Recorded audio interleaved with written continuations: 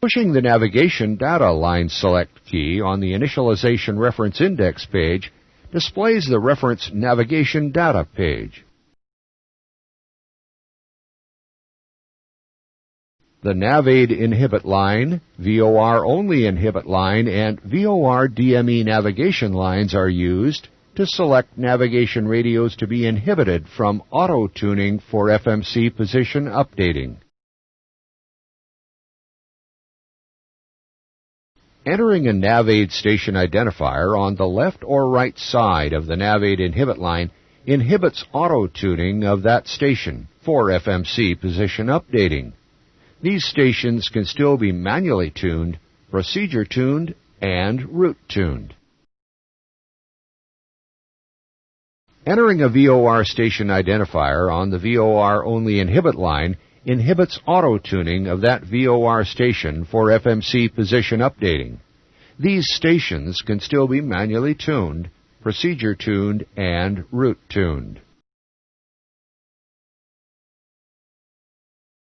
With Inhibit displayed on the VOR DME navigation line, pushing the VOR DME navigation line select key displays all on the left and right sides of the VOR Only Inhibit line, and Enable on the VOR DME navigation line. The VOR DME update mode is inhibited. VOR stations can still be manually tuned, procedurally tuned, and route tuned. With Enable displayed on the VOR DME navigation line, pushing the VOR DME navigation line select key removes VOR DME Inhibiting, displays dashes on the left and right sides of the VOR Only Inhibit line, and displays Inhibit on the VOR DME navigation line. Question.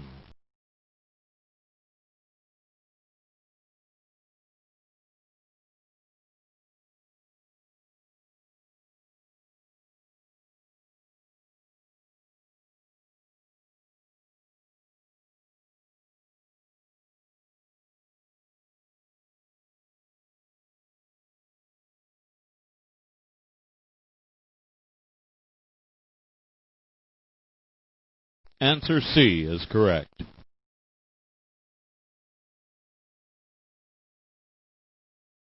Let's now discuss the menu page.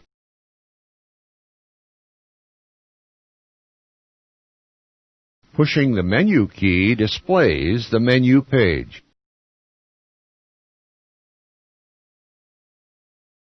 The menu page is used to select the system to be controlled by the FMS CDU. Active is displayed next to the system controlling the CDU. Let's now discuss the EFIS Control page.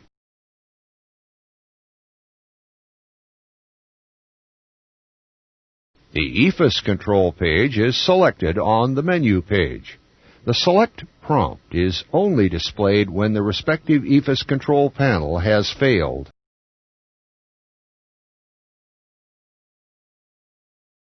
The EFIS Control and EFIS Options pages are used to select the modes and options of the PFD and ND.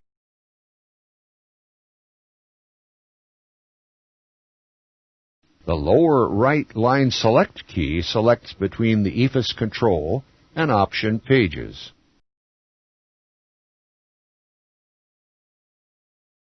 Now let's discuss the ICAS control pages.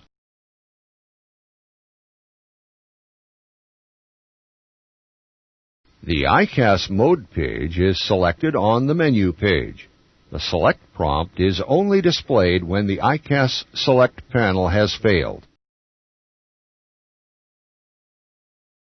The ICAS pages are used to select the desired ICAS display.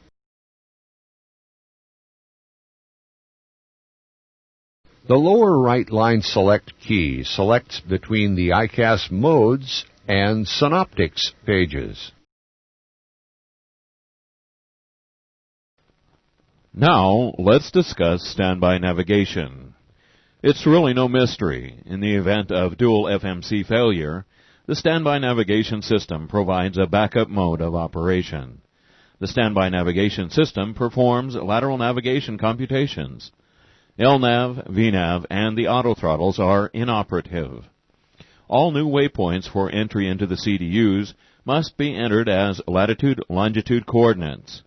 A route change to one CDU does not change the other two CDUs. The radios must be manually tuned on each CDU for standby navigation. You must enter the frequency to tune the navigation radios, not the identifier. And the route is via Great Circle navigation. Standby navigation is used if both FMCs fail. Each FMS CDU with its respective IRS is capable of providing navigation information.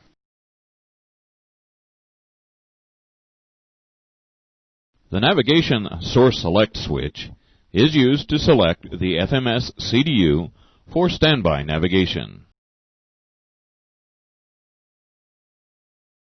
The only 3 pages available for standby navigation are the legs page, progress page, and navigation radio page. Pushing the legs key displays the IRS legs page. The FMS CDU stores the active route and displays the remaining route waypoints. All the waypoints are now stored as latitude-longitude waypoints.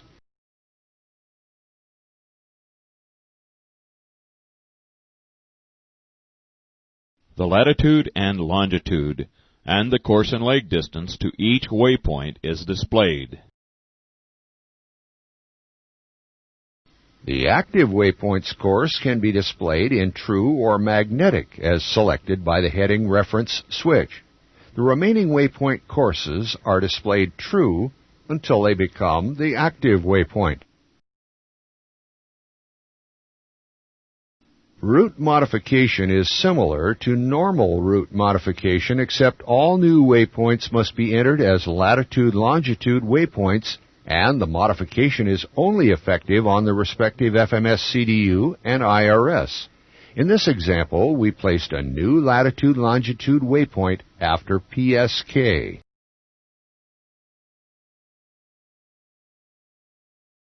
Pushing the progress key displays the IRS progress page.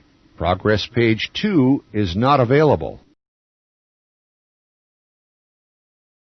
The waypoint information is similar to the normal progress page, except time to go is displayed instead of ETA, and there is no fuel information.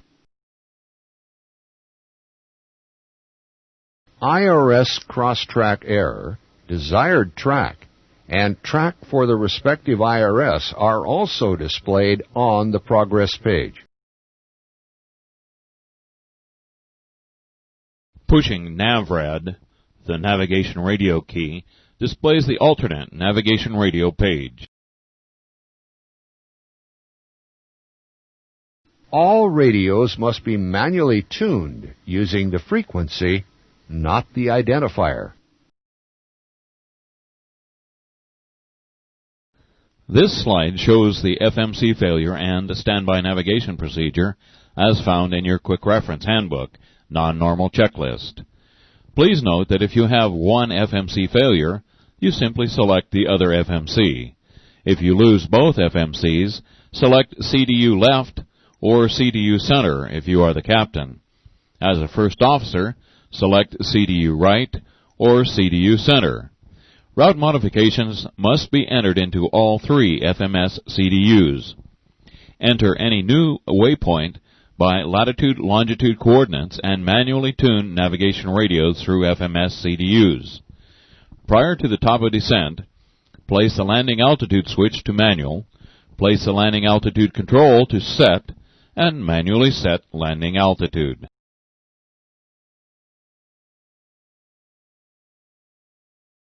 This slide outlines the procedure for dispatch to or from an airport which is not listed in the FMC database.